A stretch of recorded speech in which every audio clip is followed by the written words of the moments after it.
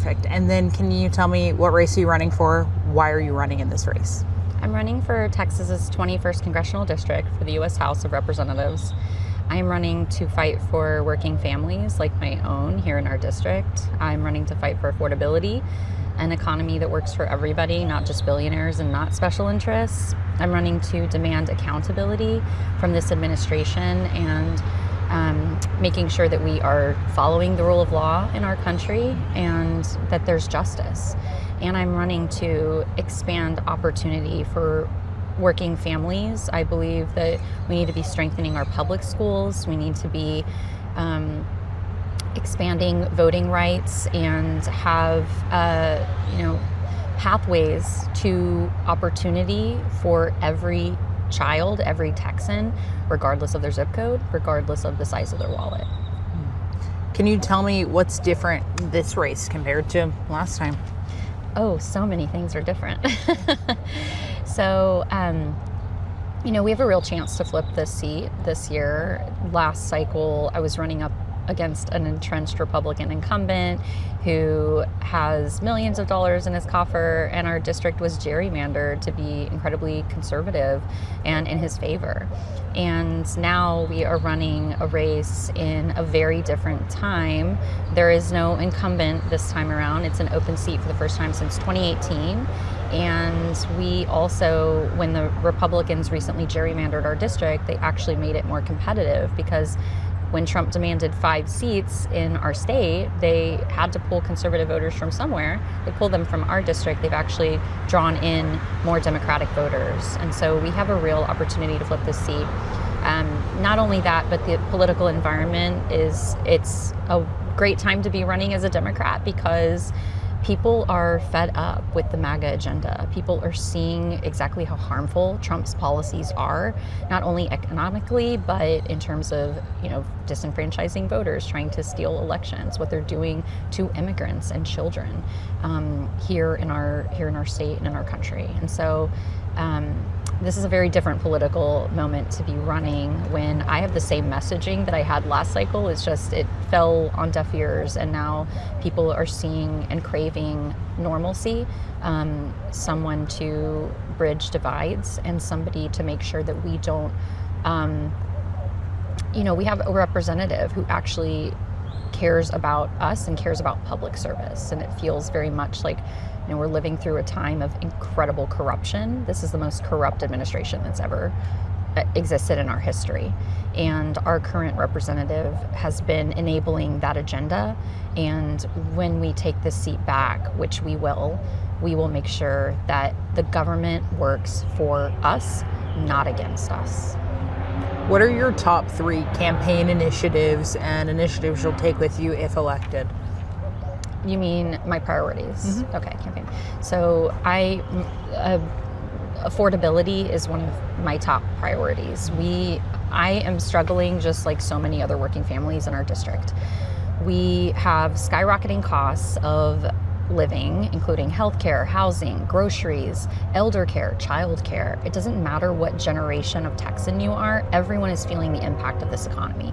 And a lot of people voted for Trump because they trusted Republicans and thought that they would do better with our economy. And we're seeing that we've seen over history, and we're seeing now that is just not true. This is a huge billionaire giveaway that this administration has enacted with the last bill that they passed, and I will seek to undo that. I want to make sure that the wealthy pay their fair share in taxes. I want to make sure we raise wages so people can afford to live. I want to expand workers' rights, expand the power and right to organize so that we can lift all boats. And I also want to make sure we lower costs, and we can do that by enacting antitrust laws and enforcing antitrust laws that are going to prevent monopolies from forming. And that's where we get price gouging. That's where we get, corporations that are taking advantage of consumers. I would strengthen the Consumer Financial Protection Bureau. This administration has dismantled that. There are so many aspects of the public, of our government that can. Let me back up. I'm a former federal scientist. I worked in the federal government. I know that it can be a powerful force for good, for consumers, for children, for families. And right now it's being weaponized against us. And I want to make sure that we have a government that works for us, not against us. It should never be used as a weapon of oppression. And so affordability is my top issue. I also care about demanding accountability. I've kind of hit on some of those things, but when you have an incredibly corrupt administration that is robbing us blind as people, we need accountability. We need transparency, and we need answers. I'm thinking of the murders of Renee Good and Alex Preddy, two individuals happen to be citizens here in our country who were shot and killed on our streets. And there are many more people who are shot and killed on our streets by federal agents. That is just something that should not have happened, and there's been no accountability for it. Right now we have children, women and children, and asylum seekers, people who are here legally in our country, rotting in a detention center less than an hour away. And there's no reason that they should be in a prison facility. They did not commit a crime. These are not criminals here. And there's lies and misinformation being spread about immigrants and these folks that there's been no accountability, none by this administration. So I want to use the power of Congress, congressional oversight, the power of the purse, to make sure that we hold leaders accountable and hold the private sector accountable for all of these actions. And that also includes making sure that we have a democracy to stand on. Gerrymandering is what happens when, and both sides do it, but it's what happens when people or when parties don't want to change their policies, they'd rather change their voters. And that should never be okay. We just had that happen here in the state of Texas, and I've seen the harm that gerrymandering does to districts like ours, where our representative for the past 8 years hasn't wanted to do his job. He doesn't show up to town halls, he doesn't listen to people, he doesn't represent the district, and therefore he doesn't know what the major issues are, and he seems very unconcerned with solving our problems. We deserve a leader with integrity, somebody who's going to listen, who's going to show up, who wants to solve problems, who knows how to solve problems, and who cares about serving everyone, regardless of their party affiliation or the size of their wallet. And I believe there's a number of ways that we can hold our leaders accountable. Our democracy is one of the most basic ways we can do that. If we ended gerrymandering, if people were able to elect or re-elect or hire and fire who they want every 2 years in our House, then we would have the ability to hold people accountable. And I don't care what party it is, we need to fight and end the corruption in our government. My third tenet in what I'm fighting for is expanding opportunity. I'm grateful for the opportunities I was given as a kid from a working class background, blue collar parents. I didn't know a scientist growing up, and I have the taxpayers to thank for my wonderful education that got me here. Public schools in Texas educated me. Pell Grants helped me afford college, and then National Science Foundation fellowships and awards helped me go on to become the first in my family to earn a PhD. And that is just, I have an unlikely story. It speaks to my persistence and my hard work, but it also speaks to these important pathways that we have for young women, for girls, for people of color, to make sure that they advance and they have a chance in life.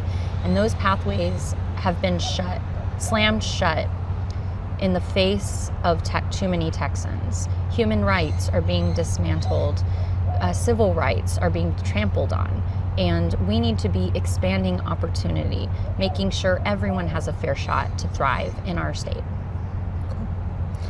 How do you get all of your plans and goals for this election to be seen and put forward to people who are going to be voting when there are so many people in this race? There is a candidate that's backed by President Trump and Governor Greg Abbott. How do you get people to see through that chaos?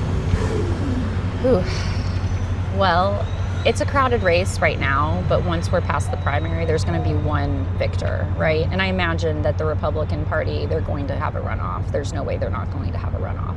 This is going to be an interesting moment for our district to see how that race turns out, because there are some candidates who are embracing Trump, who are endorsed by him, who are saying that Trump, when I see their signs, they say Trump trusted candidate. And there are some candidates who are choosing, to kind of move away from Trump because they see the writing on the wall with the the recent elections across our country rebuking the MAGA agenda and rebuking Trump and his failed presidency. So I think it's going to be really interesting to see what happens in that primary, to see who ends up winning out. And if it does happen to be the Trump endorsed candidate, I would be happy to be running against that person. Who I could not be a more polar opposite person, because everything that Trump stands for, I do not. And it would be a very clear distinction for voters. For me, in the last cycle that I ran, my job as a candidate is to educate voters, make sure they're empowered, make sure they have all the information that they need. And there was so much misinformation being spread in the last cycle about immigrants, about the economy, about you name it. The far right has been spreading lies and spreading misinformation, and my job is to combat that. And I would hope that whoever emerges as the Republican candidate can see this administration for what it is and would not promote lies, would not promote misinformation, so that voters actually make a choice between two different people who are here to serve them, not here to serve themselves. Can you talk a little bit about how you get people to actually go vote for you? This is an age-old question, right? So we have a huge district, and actually one of the things that's very special about our district is that we have a huge proportion of people that turn out to vote. We have a very active voter base in our district compared to other congressional districts. If you look at the proportions of voters, registered voters who turn out, it's pretty high. Right now, we're in primary season, and I'm knocking doors. I think, to me, that's the most effective way to get folks excited about you, is to meet you and to be able to ask you direct questions. And I always have wonderful experiences at the doors. Like, it just makes me so happy to meet people in our district.